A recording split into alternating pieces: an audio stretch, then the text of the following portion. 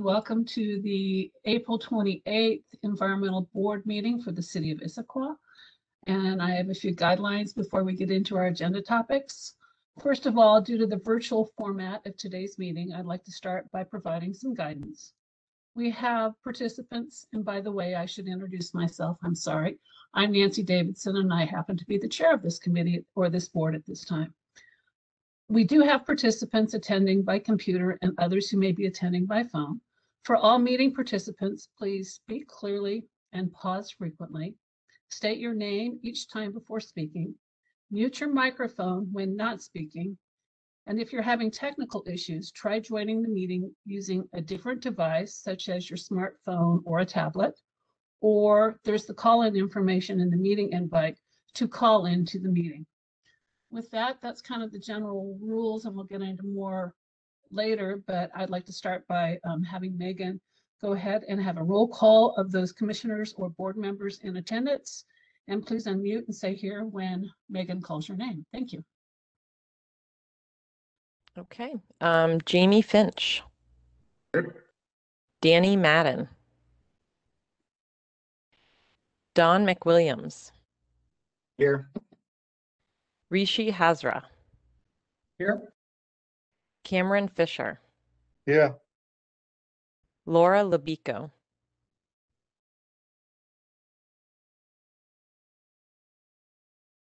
Laura, we see that you're here, and I think you had a little background noise, but we do see you're here, and you can just confirm when you are able. Nancy Davidson. Here.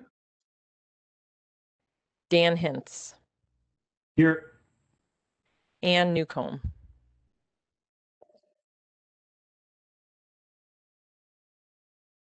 Was that a here? I did say here, yeah. Thank you. Tom Anderson. Here. And Saria Bola Pragada. Here. Thank you.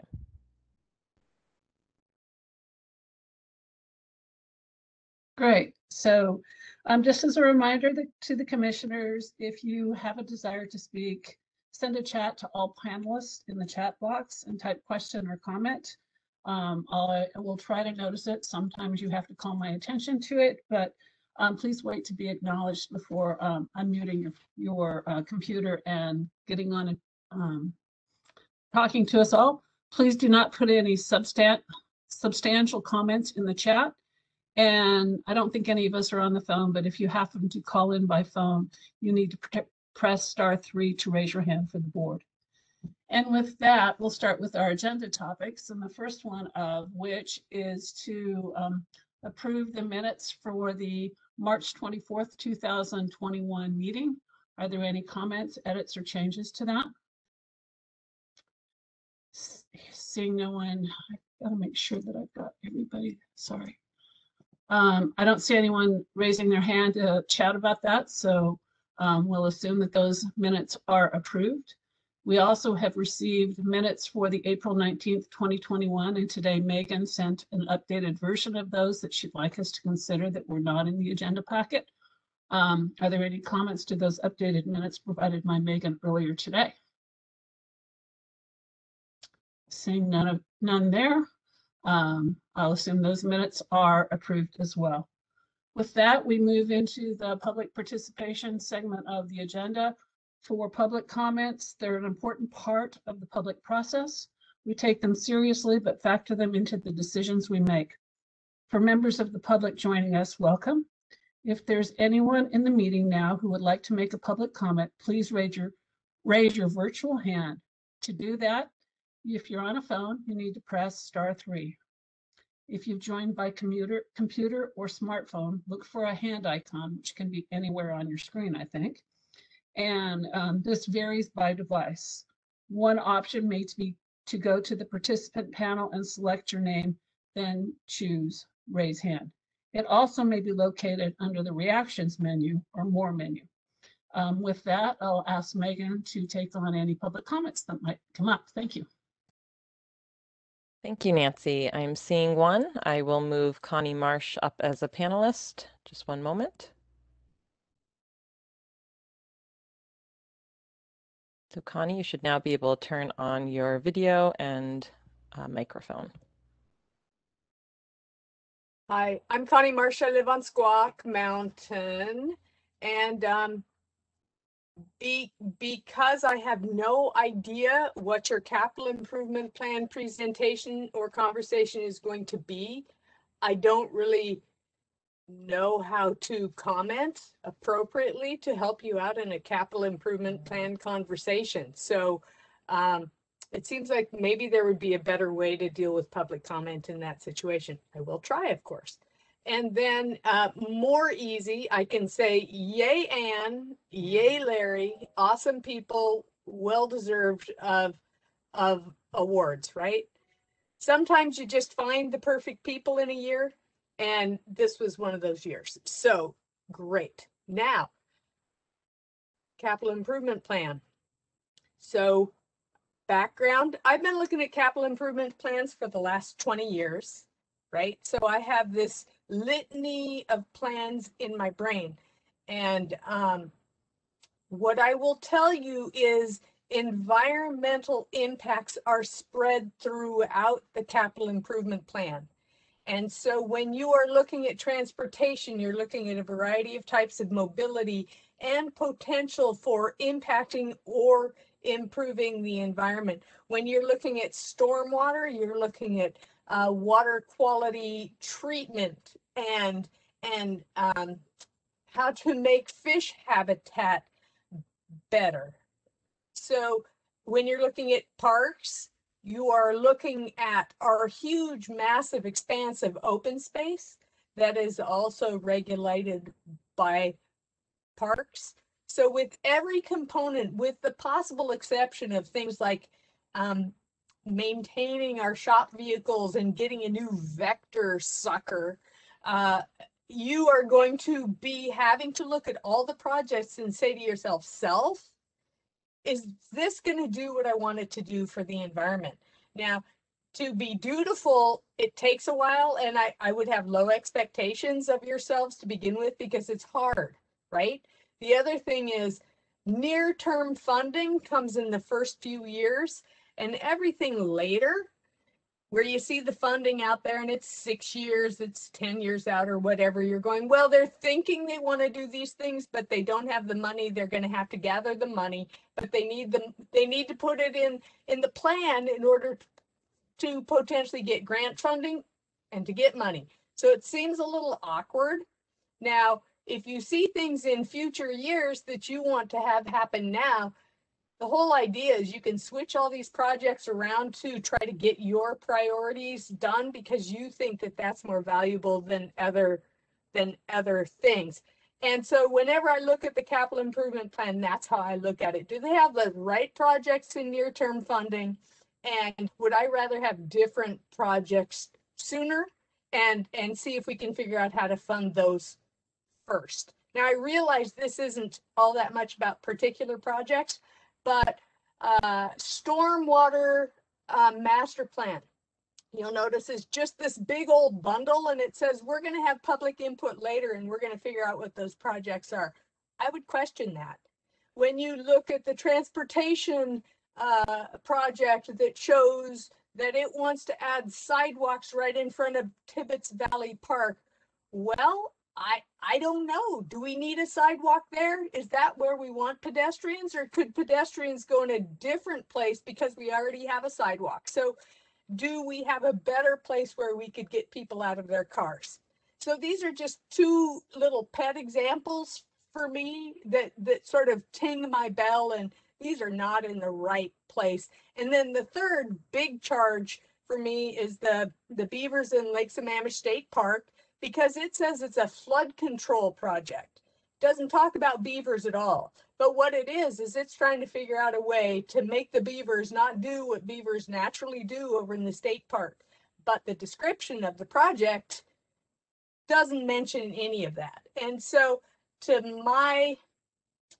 of my problems with the Central Issaquah plan is I don't think it's very transparent in what the project is actually about.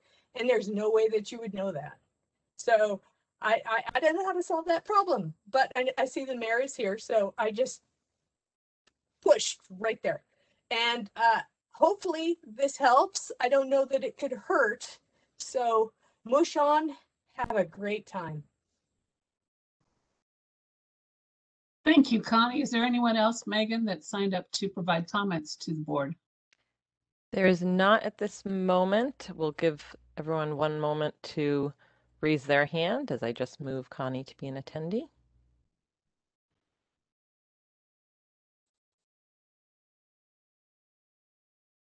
And I do not see anyone else. We can go on to the next item.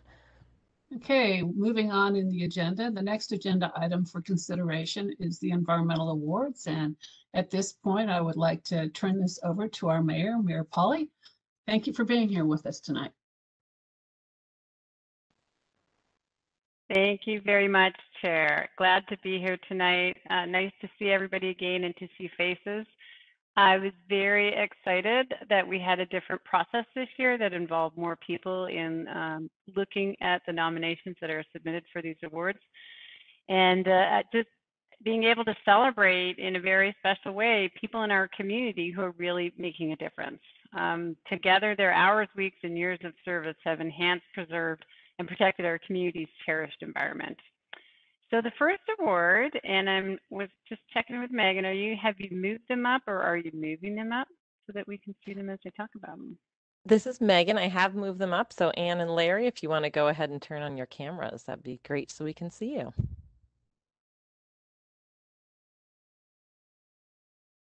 Hi, Anne. Welcome.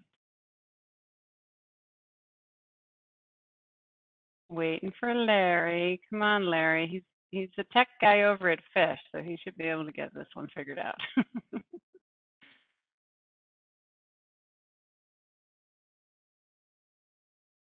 Okay, well, we're waiting for Larry's camera. I'm going to switch the order of the reviews. So Anne, congratulations and welcome tonight. The Community Environmental Award. This is building on the legacy of the Ruth Keese Award. Issaquah also has a Community Environmental Award, and it recognizes outstanding achievements by individuals, groups, or organizations. And this year, we are very honored to give the award to Ann Fletcher for her work to put climate action at the forefront in the Issaquah community. Ann is a founding member of the Issaquah branch of People for Climate Action, whose mission is to help local governments develop and implement climate action plans to reach our greenhouse gas reduction targets. Under Ann's leadership, PCA was active in partnering with the city on the Community Convening on Climate and the Environmental Board. Ann frequently attends City Council and other board and commission meetings and provides a lot of input on how city policies can be made more climate friendly. It was a really pleasure for me one time to attend a weekend event with Ann where we listened to speakers over in the Mercer Island Community Center and one fabulous one from the city of Portland. And listening to the ideas of other cities, we always try and steal what we can. We don't have to reinvent the wheel. Ann also inspires young people to take action on climate. She presented at a high school environmental conference and assisted 2 high school students with their recent project on food waste. I want to thank Ann for her dedication to climate action and for her hard work protecting the environment in and around our community. And I believe you also did get a certificate and a blown glass award. I wonder if you have that with you. Fantastic. I am so glad. Thank you, Megan, for dropping those off beforehand. Oh, that is beautiful. Nicely done.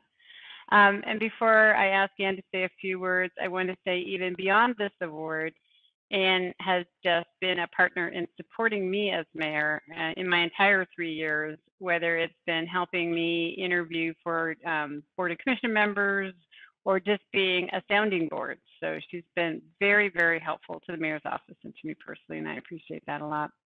So Ann? Mayor, Yes? can I interrupt for a minute? Yes. All right. What I'd like to ask is the environmental board to all unmute your microphones and clap with me and congratulate Ann. So everybody, unmute awesome. unmute. Way to go, Anne. Thank you, Ann. All right, thanks, guys. I'll turn it back to you, Mayor, but I just think it's fun if we can actually try and make it look like we're all together. Yeah, Chair Davidson, that was an excellent idea. Thank you very much. So, Anne, I wondered if you had anything that you wanted to share with the group. We're very proud of you. I did want to say a couple of things. First of all, I am pretty overwhelmed by this, and I am very, very grateful. And I wanted to thank a few people and groups that especially come to my mind. And I first of all wanted to thank David, my husband, for showing me the beauty and importance of nature. And I want to thank Connie for her environmental mentorship of me. I want to thank the members of the People for Climate Action for their ongoing support. And I want to thank the Issaquah city staff and elected officials for their partnership with the community. This is a pretty amazing partnership we have going here, and we really want to continue to enhance that. And so I wanted to leave you with just these thoughts. The earth is our first teacher. The earth gives us everything essential for a good life. In reciprocity, let's give back to the natural world all the protection we can give it. Thank you. Thank you, Anne. That was beautiful. Larry, I'm going to check in with you and see if you have audio and whether or not you can turn on your video. I have audio, but video crashed my session, so I'm not going to try that again. No, let's not do that. As long as you can hear, that's great. We won't get to see your reward, but that's okay. Thanks for joining us tonight, Larry. Oh, absolutely. So it's been my great honor and privilege to award Larry Franks our 2021 Ruth and Dan Keyes Award for a Sustainable Environment. It's named for one of our community's tireless environmental advocates. The Ruth and Dan Keyes Awards honors those who have shown extraordinary leadership to protect our natural surroundings. For decades, Larry has been dedicated environmental activist, an advocate for Issaquah's lands and waters, and a voice for salmon that flow through our community. Larry has been a member of the Friends of Issaquah Salmon Hatchery, also known as FISH, for many years, and he currently serves as vice president of the board. He also leads school tours in the fall to inspire the next generation to care for salmon and their habitat. He is also an active member of the Issaquah Environmental Council, the Kokanee Working Group, and Raya 8, a regional group dedicated to the preservation of Chinook salmon in the Cedar and Sammamish watersheds. Thank you, Larry, for your decades of service. I also wanted to let you know that your name will be engraved on the Ruth and Dan Keyes Award plaque. It hangs up on the wall in City Hall chambers, and I hope we'll be able to take a look at it. Oh, awesome, there it is. Thanks for showing showing on that. The plaque. Yeah.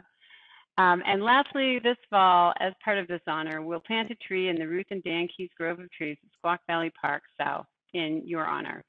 Hopefully this can be an in-person event since we can celebrate together. So before I hand it over to Larry, do a couple of things. I serve on the Fish Board with Larry, and we actually joined at about the same time. So I have been an amazing observer of his work for over 7 years. He has been a firebrand. He has turned the organization up on its head and made sure that they started to become stronger advocates in many ways, in addition to the educational components they have. So it's been an absolute pleasure to serve with him and watch the Fish organization change as it has over the last many years. He also happens to live very close to where Ruth and Dan Keyes used to live. He's a little bit down south of town and very close to where the tree will be planted as well. So I'm sure it's easy for us to connect. And I think the last favorite story I have is that finding out that I also enjoyed fishing and lived in a family where it wasn't such a big deal, Larry and I did get to go fish together on a couple different trips, and it was super fun, which he's given up now because salmon are in danger. So now we're not fishing. Larry, I'm going to hand it over to you. Congratulations. Well done. It's a real legacy of service to our community and our environment. Oh, and I'll go with the chair again. And if everybody wants to unmute, we can give him a big round of applause because we love you, Larry.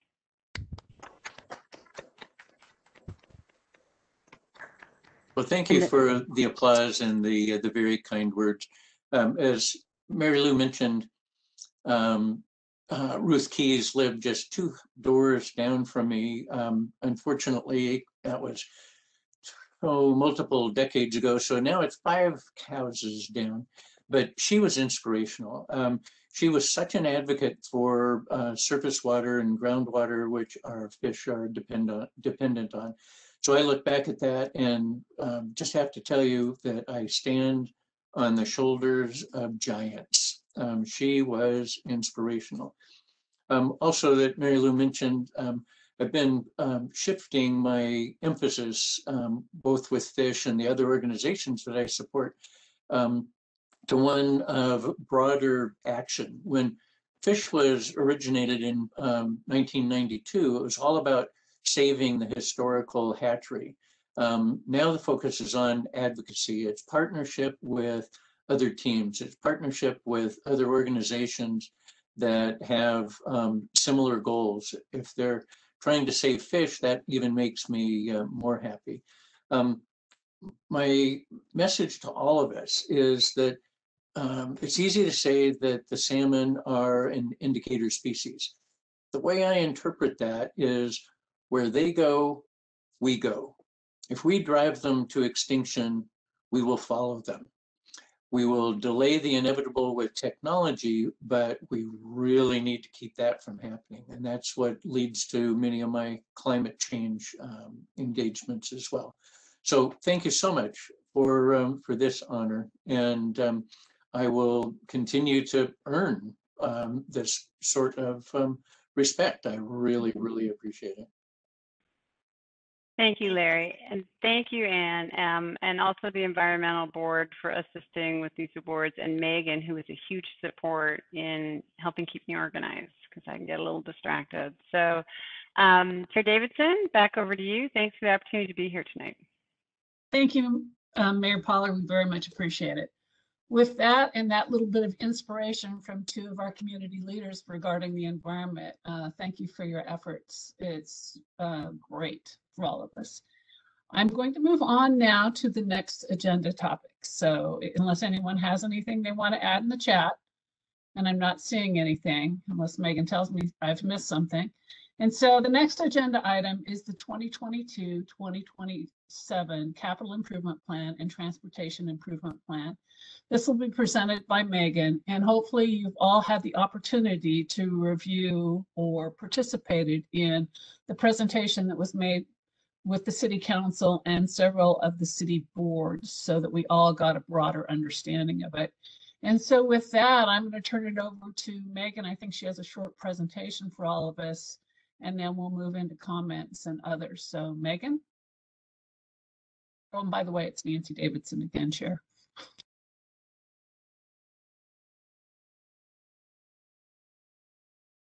Yes, thank you. Just getting set up here. Just give me a moment to share my screen.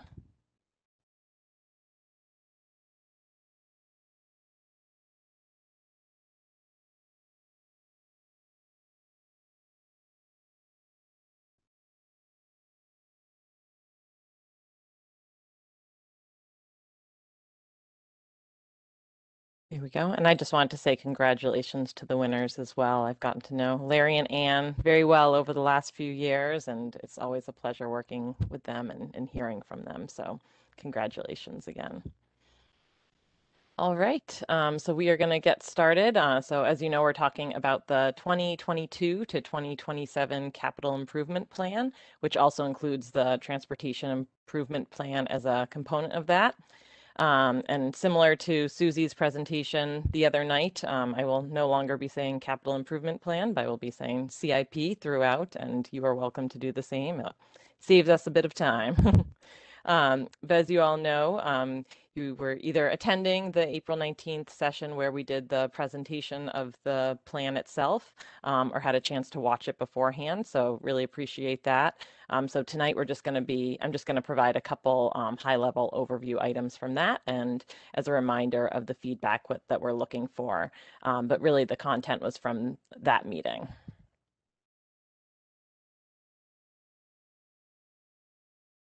So the CIP is a 6-year planning document that reflects the City Council priorities, community objectives, and the projects that improve city operational efficiency.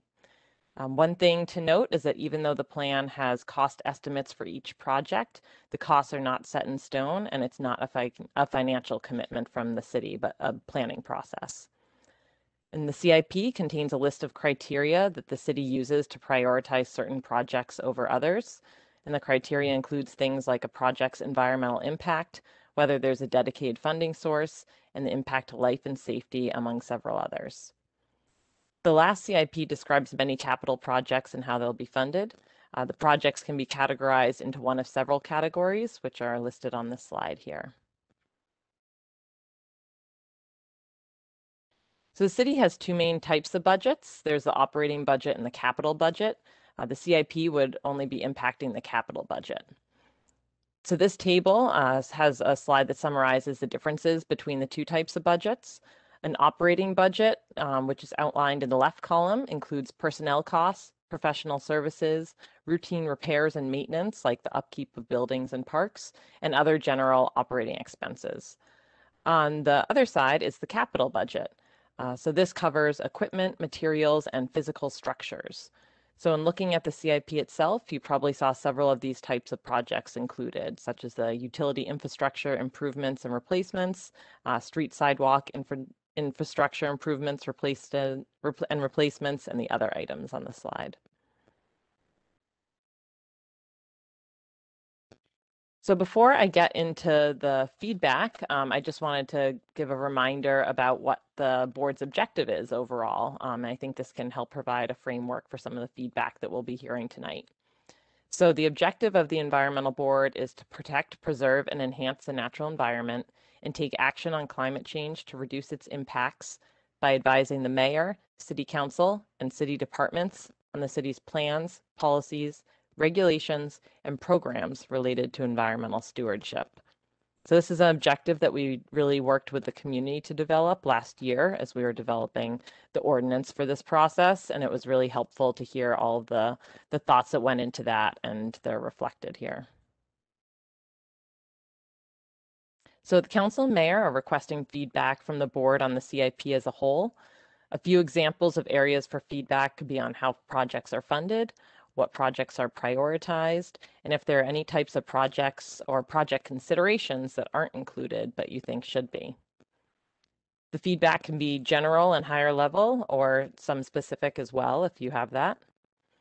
And then last, we would also like feedback on the CIP input process itself. So this was a new thing that we did this year, having boards and commissions attend the council presentation. And we're looking for your feedback on that overall process, if there's anything that could be improved in that.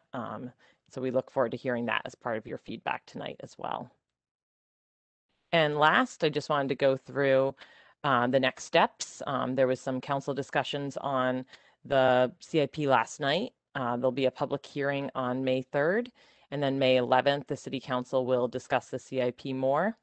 And on May 17th, there'll be a final public hearing, and the CIP is expected to be adopted by Council then.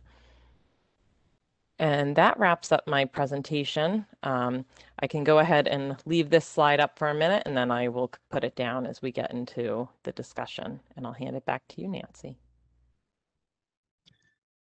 Thank you, Megan. So what I would like to do now is to turn it over to the board to provide any feedback that they might have. And please indicate that you have a comment or a question, general comments or about the projects, but we're looking for feedback on the CIP as a whole and the process that it was presented at. And let's start with particularly on the process that we received at the meeting last time. And as the chair, I'm going to offer my first input, and that would be, I was very troubled that the CIP did not get to us until 5:35 the night of the meeting. It would have been nice to have been able to at least see a context of what we were looking at prior to the presentation that was made, which was a great presentation, but it would have been nice to have it in our hands a little bit in advance. That's just some feedback to send back to the administration. Anybody else have any comments?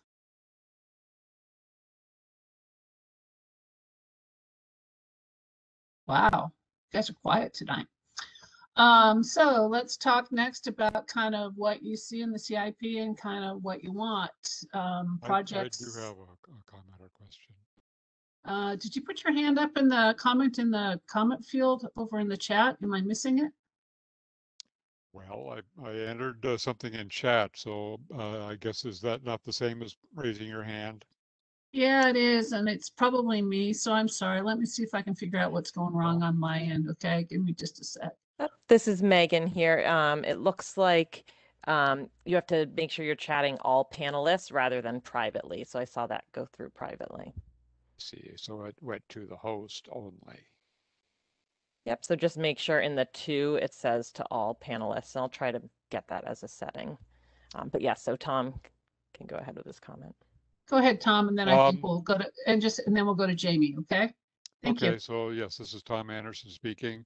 So I'm kind of curious as to how this process works for project selection. So the summaries there show an environmental column, and there's a little checkbox in each project that has an environmental element to it.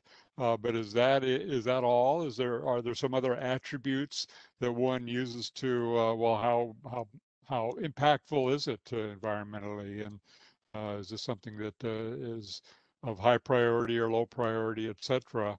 What are there other attributes like that feed into this process? And are there any details on the algorithm that is used to decide which projects make the cut and which don't make the cut? And I'm curious also as to we're being shown the projects that apparently did make the cut. What is the list of projects that didn't make the cut?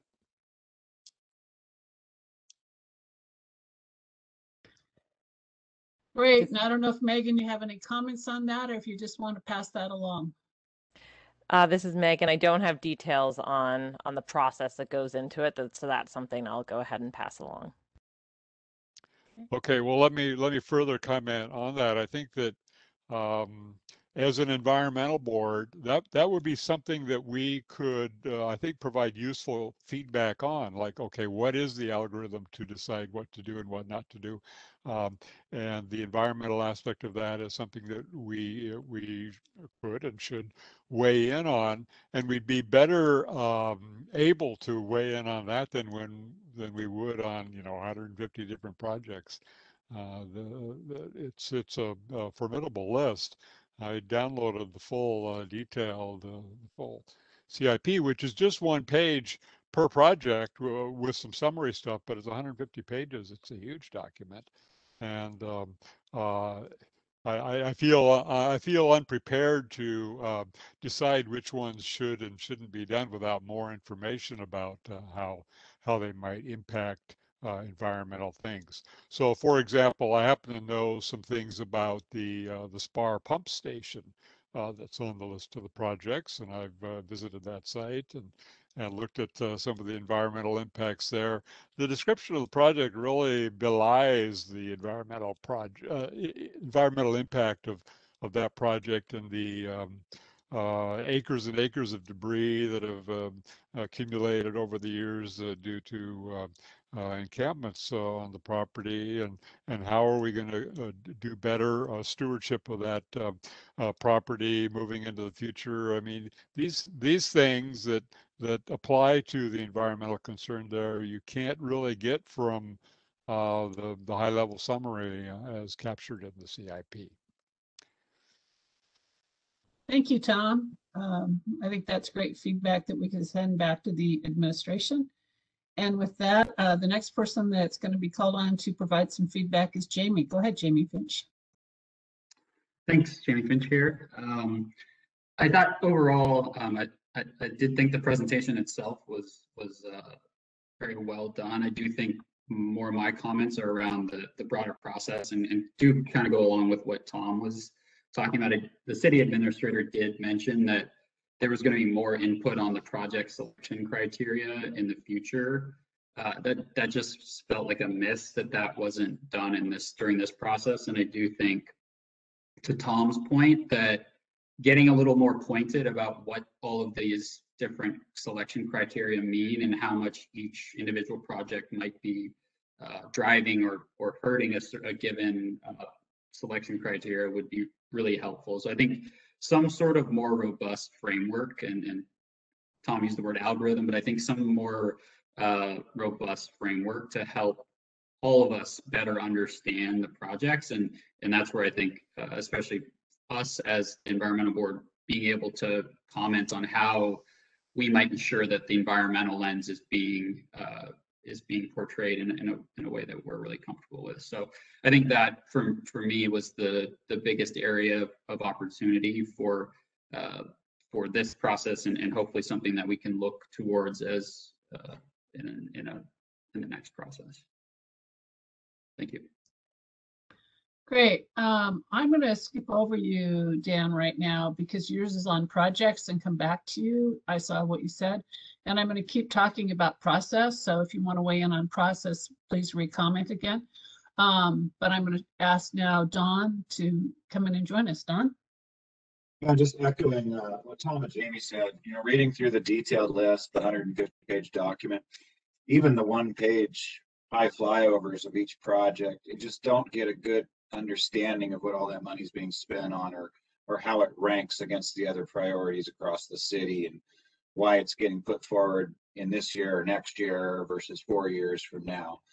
I know it's a long document, it's a lot of information to read, but it would be good just to have a better understanding of how the projects are evaluated, and the need and the priority with regard to the timeline on these. Thank you. And I'd like to add to that. I noticed that many of the projects also did not even describe the environment. They were just listed as projects with a description. So if there were any environmental impacts or discussion or thoughts behind it, there was nothing said about them in the description. So I just wanted to echo and add that along the way. With that, I'm going to turn it over to Danny. Danny? Yeah, just like kind of echoing sort of what everyone else has said. I especially felt that the justifications were lacking in the document. Like it was pretty vague, kind of echoing what Connie said earlier. Like I definitely would have liked to see maybe also a little bit more on like why those particular projects were selected, and more on what kind of impacts that they would have, like not only just the environmental projects, but also a lot of them are focused around infrastructure, which is like the majority of the plan. So seeing some more on that, and then also seeing, of course, more environmental analysis, since that is kind of like where our main input or feedback is coming from, is like the environmental analysis aspect of it. And I did feel like that was lacking in the justifications. Thank you. This is Nancy Davidson again, and great feedback. Laura, you're up next. And just as a reminder, everybody, please say your name, full name, for people that might watch this later. Appreciate that.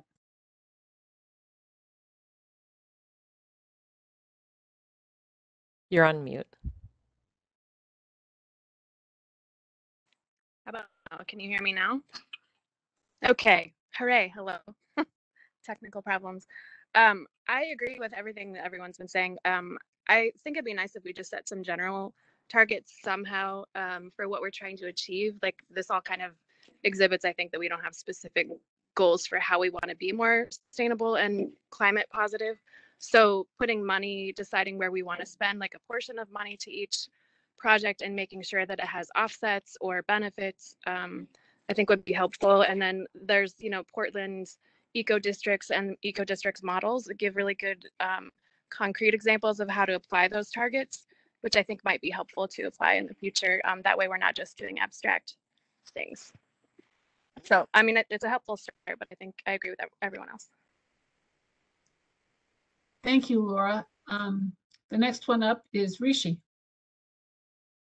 Thank you. This is Rishi Hazard speaking. I had kind of a question and a comment. I'll start off with a question. And so I'm just wondering whether the environmental board, our purpose is to give feedback on the selection of projects, or feedback on the purpose or like the execution of every individual project. And maybe that's something Megan could answer.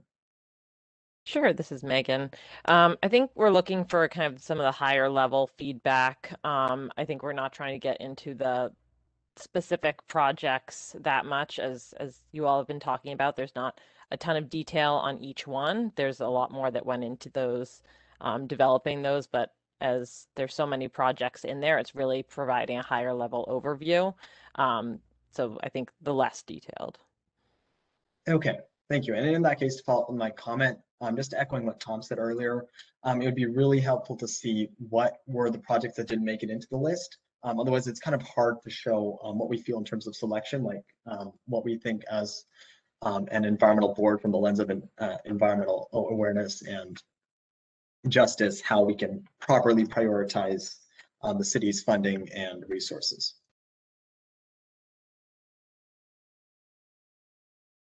Great. Any other just general high-level comments before we get more into a little more specifics from any of the board members that Megan can send forward? Anne, I see you raised your hand. Go ahead. I'd like to say that I think it's really cool that Issaquah engages the whole community on these important decisions, and want to just say thank you for that. And that's it. Great. With that, I think that there are some comments on the projects generally and a few specific projects is what I saw from Dan. So Dan, why don't you go ahead and start us off on that one? Great, thanks, Nancy. Dan Hintz speaking. I guess a couple quick general comments to kind of add on to folks. I think it could be useful to look at connections of projects. I feel like there's a lot of individual projects that are pretty directly connected, both geographically and in their impacts. For example, some of the work along Tibbetts Creek with Gateway, the Tibbetts Creek Trail, park improvements at Confluence Park, but also some bank and in-stream stabilization work. So I think that would be neat if there was an opportunity for projects that are a little bit more directly connected to be linked in the document somehow, or at least called out. Also map inserts or a little bit more descriptive maps I think would be great. I was on Google quite a bit, looking up, I know Issaquah pretty well, but intersections that were just described in writing and trying to kind of figure out exactly where that looks, where those sites are located. So those are kind of a few general comments on the overall document. And then also kind of generally on the intention, I'll call it a few things that really stood out to me reviewing this. Very, very supportive of the land acquisitions, both Creek and Valley, and calling out the hillside acquisitions. I'd like to focus a little bit on the Creekside acquisitions, something I think Issaquah has such an amazing history and tradition with, buying up properties along the creek. I think it'd be great to be a little clearer what the intentions are for those acquisitions. I think the city does a really good job balancing recreation, flood control, and habitat restoration and fish. I guess I'm a little concerned sometimes that we're buying up these properties to, maybe reduce some of the flood risk, but at the same time kind of hemming in the creek with trails, with bridges, and maybe not looking at what those impacts, with the migrating stream like Issaquah Creek and Tibbetts Creek might be long-term. So being a little clear on the intention of the acquisitions. Obviously, it's a balance of a lot of these, goals for our, aquatic buffers, our riparian areas. But for example, specifically, the Tibbetts Gateway project with the Tibbetts Trail, it's a very constrained part of Tibbetts Creek that, already has a boardwalk over it, talking about more trail development, and there's a lot of potential for restoration of that creek. Some of the sections along Issaquah Creek as well, we're looking at bank reinforcement. We should really talk about, Creek naturally needs to widen and open its flow path. So, where we need to hem that in, I get there's infrastructure in places we need to protect, but also where there's opportunities to let the creek migrate and kind of do what a dynamic system is supposed to do. At the specific project level, I'd like to call out that under stormwater, the Salmon Run bank reinforcement is describing a project along Confluence Park. It does not seem to actually be the right project description, and I don't see a description for the actual work in Salmon Run Nature Park. And that ties to, they're talking about under the Salmon Run description, they're talking about the Confluence Park area and right bank reinforcement near the maintenance yard, which is also a really cool project. And that ties into some, I believe, the park improvements with stormwater improvements, and, whether that is something long-term that is really necessary, or if that is an area at the confluence of the East Fork that can be opened up and, open up more in-stream and floodplain habitat. So that was one specific thing I wanted to call out that I don't think was intended to be written under Salmon Run Nature Park. I think that's it. I'm sorry, that was kind of a lot of jumping around there, but like I said, very supportive and just really love the city has put so much work into the acquisitions, the green necklace, the Issaquah Creek Trail, I think is so important, but we should be really considerate about acquiring these properties and making sure we're not choking in the floodplain, especially for our aquatic resources and our fish. Okay, thank you, Dan. Those were some great feedback. I'm going to turn it to Jamie now to provide some additional input. Thank you, Jamie. Thank you, Nancy. Jamie Finch speaking. I first of all wanted to echo Dan and just the appreciation, especially for the investments in park and trail and land acquisitions that went into the plan. I think that part of the presentation just made me proud to live in Issaquah and felt really lucky to be in a place that values green space and really improving the green space around us. So I think that was one big takeaway for me. Then getting to some of my more critical feedback, I do wonder, while that aspect of kind of our ability to further improve the green spaces around Issaquah felt like there was a lot of investment, I did feel like there were some opportunities that were overlooked or just weren't presented to us on how certain projects might actually, as opposed to just not having a negative environmental impact, actually could have a positive environmental impact or reduce future impacts of the city. And a couple that come to mind are the HVAC system, not having details around what's the fuel source for that. My guess is, since it's not called out, that it's probably fossil fuel, natural gas or something. And is that an opportunity to get to an all electric system?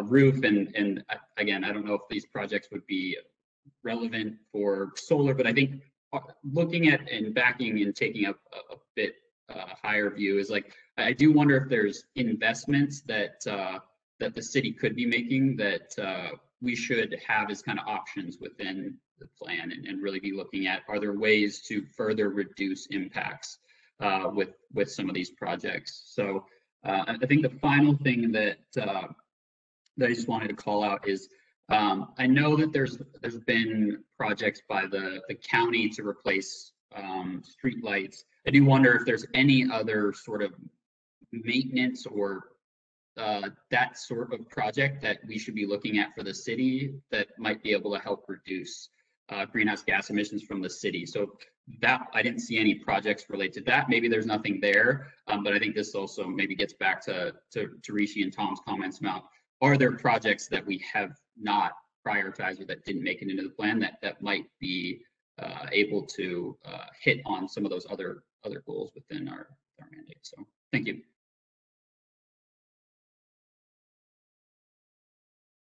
Thank you, Jamie. Next up for comment is Cameron. Cameron, go ahead, please. Hey, Nancy, Cameron Fisher here. I just want to thank Dan for his summary. It was a nice selection there. I don't have such an optimistic view. I think from the city standpoint on their management, the historical management of the critical areas in particular with the focus there. I'd like to see if they can present to the board more of a 30,000 foot level of vision of what they would like to see with this land acquisition, as well as how the changes in the land use management plans are going to be implemented.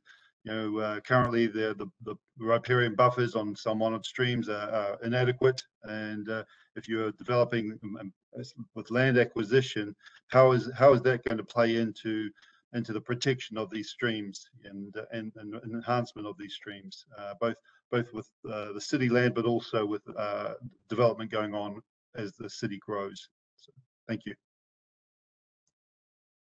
And this is Nancy Davidson. I'm up next to speak since I said I had some comments. And my comments in general are, I think we're missing the big picture environmental objectives that this board is set for. There's no projects that are specifically environmental in mind. So what I'm thinking of are things like, have we changed all of our lights in the city to LEDs? Have we done things to reduce our energy footprint in the city? Streetlights in the Highlands, are they all LED? What can we do to partner with buildings to get them more energy efficient? I know PSE has a program, but theirs is limited. And I just don't see the overall picture of, if we're trying to do something with climate and reduce our energy consumption, can we partner with solar or something like that, that we can better improve the environment of the city? I totally support the projects that are in the stormwater and other range, but I don't see us looking at the pumps and the pump stations. The equipment is not identified as EV, and here we just passed an EV ordinance. I don't know if they can even consider that, but they're shown, I would guess, as probably gas-powered equipment. I'm just concerned that there's not an environmental emphasis in our CIP, and we're looking at the usual traditional infrastructure, roads, and transportation. That's just my perspective. Thank you. And with that, I'm going to turn it back to Don. Yeah, some specific comments to the stormwater section of the CIP plan. I applaud the city for all the projects related to the stream improvements, the bank stabilizations, fixing up degrading infrastructure. But what I don't see on here anywhere is an investment into the future of green stormwater infrastructure and how they're going to get there. And maybe that'll be revealed in the master plan, but specifically with what we've just learned about tire particle dust and the 6 ppd and how it breaks down and causes pre-spawn mortality, I think it should be on the list in several years out, at least, to start looking at that. Where can we build green stormwater infrastructure to capture some of this road runoff and treat it before it ends up in the streams?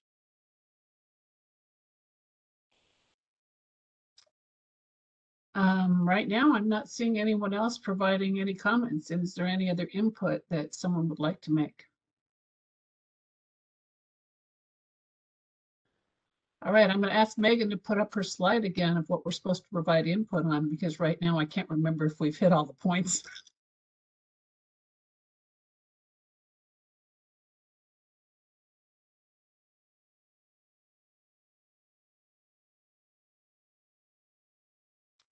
So I think the things we're missing is the first bullet on this slide, which is the feedback on the CIP, which is how they're funded. I think we talked a little bit about prioritization, but any missing projects. So if anybody has anything they would like to be considered or talk about funding, I think this is a time to speak to that. Any comments?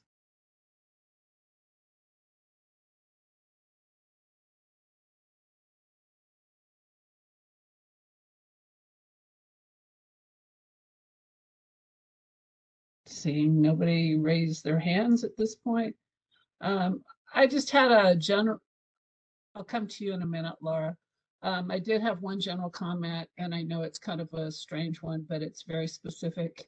And that is that I saw that in the IT, they plan on putting infrastructure in a new city hall, and they don't even have funding in the CIP for a new city hall. So I think it's interesting that we're funding the IT infrastructure for something that's not even in the budget.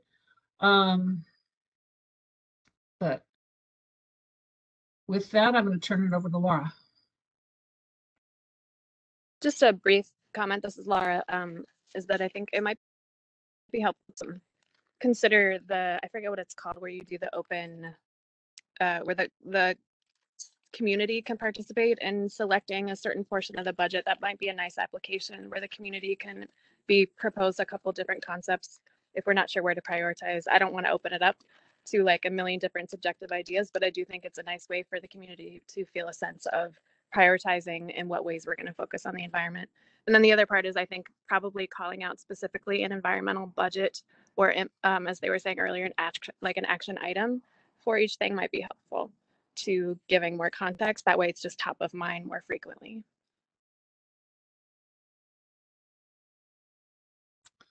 Dan, do you have a comment for us? Yeah, Dan Hintz speaking here again.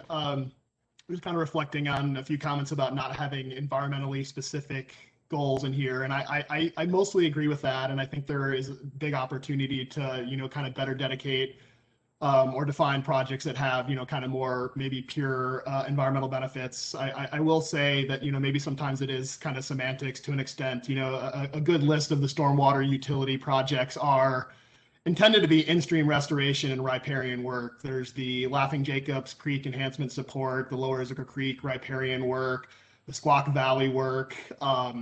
So for me, it would be useful, and sorry for the stormwater people on this call, but it's just kind of a cold title of stormwater utility summary. And I feel like to some extent, those projects could be broken up into what are maybe true kind of stormwater management projects and what are restoration projects that also have stormwater benefits. So I would like to see more of that. A specific project that I would like to call out is on Tibbetts Creek within Tibbetts Valley Park, where there's the old, I might be using the term incorrectly here, but retention pond there, which my understanding was to sift out some of the old coal tailings from higher up on between Squak and Cougar Mountain, or Squak and Cougar Mountain.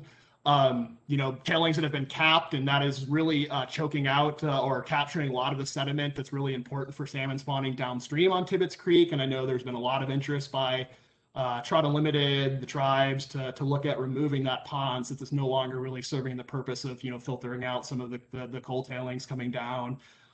So projects like that are really important to me, and I do think there's some of these already existed in the CIP. And maybe calling them out more specifically as restoration projects versus just stormwater utility, even though I know often they have stormwater benefit too. Good feedback, Dan. Moving on to Anne. Anne, go ahead. As I was reading through it, I kept wondering if the asphalt and concrete was the pervious type, like was put on Rainier, so the water runs through rather than running off. So that would be something I would suggest. If I know it's expensive, but I personally like the idea of, when I got to the transportation part, I was really happy to see all of the bike lanes and walking. So less roads, less road widening is totally fine with me, because I think we're trying to get people out of cars and into transit when we can do that again, and working from home. And also just wanted to say, so happy to see all of the land acquisitions and the trail connections and the emerald necklace. It's all really good stuff. And I agree with everybody that we need to try to use things that don't use fossil fuel. So if there's an option to get a machine that is electric or doesn't use fossil fuels, I think that would be really good. And then as we're building our buildings, to think about them and their surroundings as sponges. So the water doesn't have to run off, that it's caught right away with rain barrels and vegetation and permaculture type of stuff. There's probably something else, but that's probably enough. Thank you. Thanks, Anne. Next is Jamie. Jamie, go ahead. Thank you, Nancy. Jamie Finch here. First, I had a question, and this is probably for Megan. Is there a transportation master plan that would help put a lot of these projects into context? This is Megan. Yes, so just this year, the Mobility Master Plan was adopted, and as part of that, they were developing the transportation improvement projects, which are included in the CIP. So I think the Mobility Master Plan would provide a little more context for that. That is something that is going to be coming to the Environmental Board later this year. Stephen Padua, the transportation planner, will be bringing that, so the board will have an opportunity to look at that a little bit more later this year. Great, thank you, Megan. And that answers a major part of my, solves a big part of my comment, because I do think that us as the Environmental Board being able to understand, and Dan sort of hit on this as well, some of the hidden or not as highlighted environmental benefits that might be in some of these projects. Like I personally am going to go read the mobility master plan to understand kind of how some of these projects will tie into further connectivity on bike, helping reduce reliance on vehicles. So I think that would just be something that I hope that we continue to kind of factor in and help.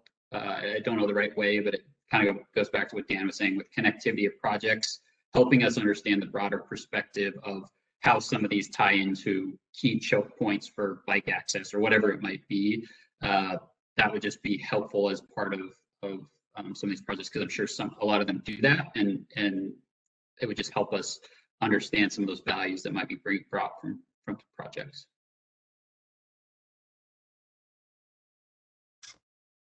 The next commenter is myself. I'm Nancy Davidson, and my comment is that one of the things I felt missing from the CIP was partnerships. And there's opportunities. Most of these projects are identified as city projects, but it would be helpful if we could identify places where we're partnering with Mountains to Sound Greenway or Lake Sammamish State Park or WDF and Washington Department of Fish and Wildlife or something. It feels like they're all our own. And I think a project has more environmental value when it's not just the city doing it, or it's a group that agrees this is the right project to move forward.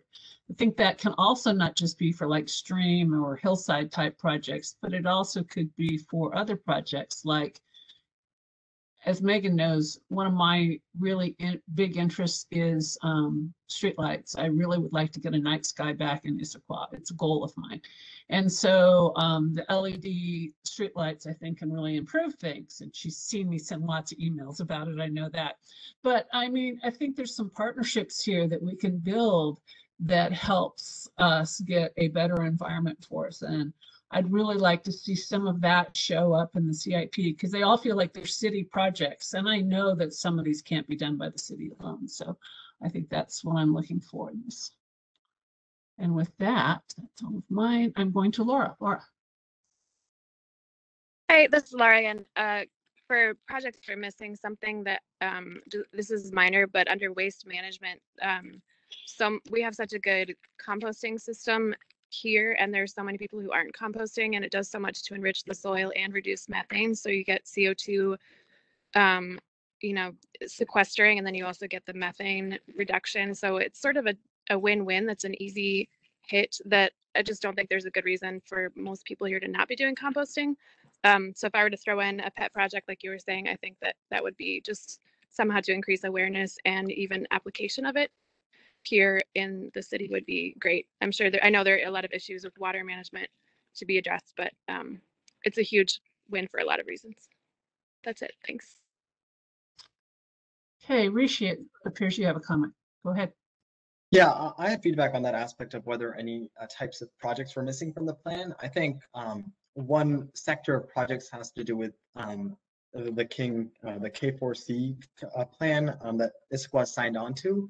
I don't see any projects that are particularly geared towards decreasing greenhouse gas emissions. And I think that perhaps, I think Nancy brought this up earlier, but looking into some sort of project that increases solar panel usage in public buildings, retrofitting with LED lights in public buildings or street lights, and looking at ways to incorporate clean energy and sort of move away from fossil fuels and natural gas. And just looking at ways to, instead of, looking at decreasing the negative impacts, to actually, proactively decrease our city's greenhouse gas emissions by, investing in new research like clean energy, solar panels, geothermal heating, and looking at some of those other areas and create perhaps a new sector of projects on that. Great. Any other feedbacks on the projects or the types of projects that the city have proposed? And I see that Anne has her hand up. Go ahead, Anne. I've mentioned this before, but I'm going to mention it not with this group. I would like to see some of our open spaces be used for solar farms or community solar. And I know Megan and I have talked about it before, and it might not be the perfect time, but it might be. So thanks. Are there any other comments? Okay, we've talked about the types of projects. Megan, want to bring up our slide one more time?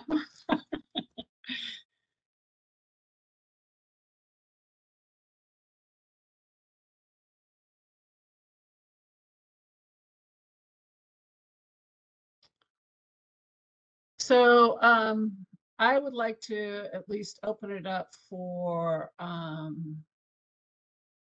at least I have some feedback on how the projects are prioritized. I know we talked about it earlier. So I'm just going to add one more comment on that, and then I'll see if anybody else has anything along that lines. And that is, it felt like the criteria was if you check a box, that meant it was prioritized. They were all given equal weight. It was not really ran through, it was done by whoever was the owner of that project or the proponent of that project.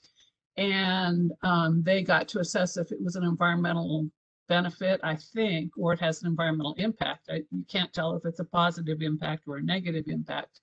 It just has an environmental aspect to it. And I think that more thought really needs to be given to prioritization, because it does not feel like just those checks are sufficient to say that the city dollars that we are all spending in our stormwater utility or in our utilities and our general fund are going in the right place. Maybe we get a better bang for our buck somewhere else. That's my feedback. So anybody else have anything else to add?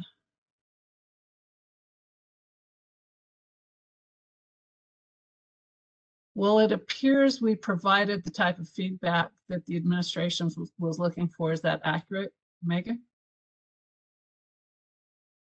This is Megan. Yes, that was very helpful. I think we got some nice high-level pieces, definitely some great ideas for the process since this was new this year, and we will be looking to make improvements to it, and some on specific projects as well and the criteria. So that was very much appreciated. Thank you. And with that, I think I'm going to, does anybody have anything else on the CIP? Okay, Dawn, you have a question. Go ahead. So Megan, pre-COVID, when you guys do the CIP process, have you ever had like a public workshop or anything where you have, project posters sitting around, all the project managers in the same room at the same time, and folks can come and go and ask questions, something along those lines?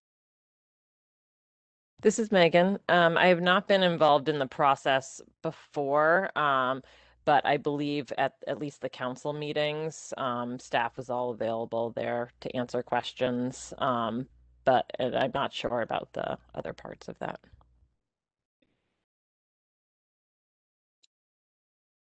Okay, seeing no more feedback this time on the CIP, and I know the council, I looked at the council meeting from last night, and it looks like they're busily deliberating on it, so that's important. I'm going to conclude this section of the agenda unless I see anything else. And with that, we're moving on to item number 5 on the agenda, which is reports. And Megan, I think you have a few things to talk to us about. Thank you. Yes, thank you. And I will just say on that last item, so we'll be putting together all of this information and passing this on to council and administration. So they'll have it for those next meetings where they will be doing deliberations. So again, thank you for that. So I have a few report outs this evening. The first one I want to mention is that May is when all of the boards and commissions do their elections for their chair and vice chair positions. As you know, the environmental board just got started in January, so we just elected the ones that we have, but we are going to be going on the rolling basis with all the rest of the boards and commissions. So I just wanted to let everyone know, if you are interested in one of those positions, we will be having that election at the meeting next time. Feel free to reach out if you have any questions about it at all.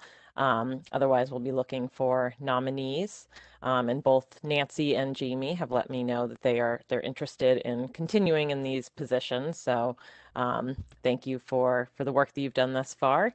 And again, feel free to reach out to me if you have any questions, but be looking for that agenda item that we'll have first on our board meeting on May 12th. I guess I can answer any questions about now if anyone has any. Feel free to type in the chat. I'll keep my eye on it, but otherwise I'll go on to the next item. So as you know, this board looked at the electric vehicle charging ordinance a couple times and provided a recommendation to council to adopt that ordinance. Council did that on April 5th. So thank you all for your feedback that I think strengthened that proposal, and really appreciated having that input in the process. A couple things about that. We were able to cover more townhomes in the ordinance than was originally included. So more townhomes will have EV-ready infrastructure going forward. We also had an update that the Regional Code Collaboration will be submitting an amendment to the State Building Code Council to allow jurisdictions to require single-family charging. So that will be something that will be considered. There was also a piece of legislation that recently passed in Washington that will allow jurisdictions to start having single-family requirements for electric vehicles with the 2024 code update. So all of your feedback, I think, that was talking about the single-family can be, we'll discuss that more as the city might be able to allow that in the future. So again, thank you for all your input on that. The next item I want to talk about was the stormwater plan. So thank you everyone for your comments last time on the stormwater plan. I know we didn't have as much time to discuss it as we wish, so we provided that input. And we'll have an opportunity to have that come back to the board in the future. So we'll have a few more touches of that before the plan gets adopted. A couple specific pieces of feedback that I think led into next steps is that the people who are working on that project are going to be working on a Stormwater 101 video that will provide a little bit more information about what's going on with stormwater now, why it's important, specifics about how it relates in Issaquah.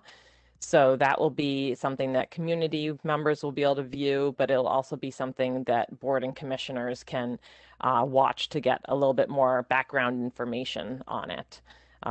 The Storm and Surface Water Master Plan is going to a couple more boards and commissions over the next few weeks, including the Parks Board, the Transportation Advisory Board, the Economic Vitality Board, and City Council. So once we have those presentations, I'll go ahead and send links to those to the board in case you're interested in watching any of those. And following that, I'll also provide a survey link so that you'll have an opportunity to provide some of this early input. But as I mentioned, the plan will be coming back probably in July or August with a focus a little bit more on the policies and targets that will be going into the plan. So again, look for that in the future. And if there's no questions on either of those, the last thing that I wanted to mention is I apologize, we did not have a link to the upcoming meetings in the agenda packet. That's something that we will be including in all agenda packets, so we missed that this time. But I want to let you know that the next meeting will be on May 12th. And at that, we'll be providing kind of an overview of the Climate and Sustainability Action Plan, the scope of work, and the process for how the board will be involved in that. We'll also be having an update on some climate legislation that passed in Washington to provide a little bit more context for that. So that will be the agenda for the next meeting on May 12th. And then in June, we'll have an opportunity to hear about some recycling outreach that the city's been doing through a grant, and also looking at some environmental regulatory programs that the city has. So again, we'll include that list of upcoming meetings in future agendas, just so you have that look ahead. But always feel free to reach out if you have questions about what's coming to the board as well. Megan, just a quick question for you. Those two meetings will start at what time, just to make sure we all get it on our calendars properly? 6:30. So we will be back to the regular board times of second Wednesdays of the month at 6:30.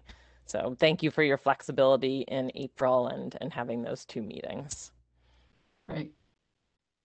Any other reports? Not from me. Great. I just have one. I just want to remind everyone that we are in April and this is Earth Month. So think about the earth and tread lightly and as you're moving around things, and pay attention to this great planet that we're all on. With that, I'm going to move on to the next agenda item, which is other business and announcements. Megan? I do not have any. Does anybody else have any announcements or business you'd like to bring up?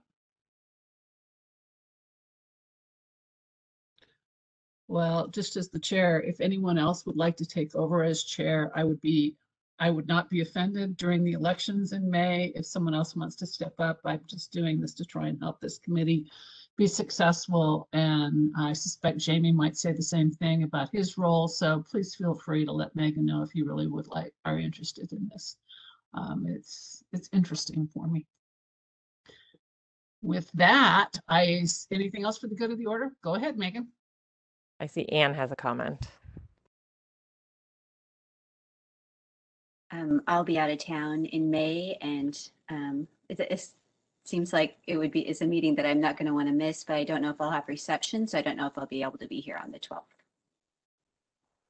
We'll be on the road. So do you like us to tell you during the meeting or in email? I think you can just send us an email, just send it to Nancy and I, and we'll keep them the records. And then, as you know, all board meetings are recorded, so you'll be able to watch them in the future as well.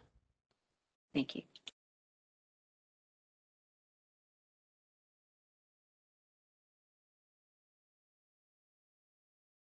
Nancy, you're on mute. Seeing no other business or announcement at this point in time, I'm going to take and say we are now adjourned. Thank you all for your time tonight and have a great evening. Good night. Thank you.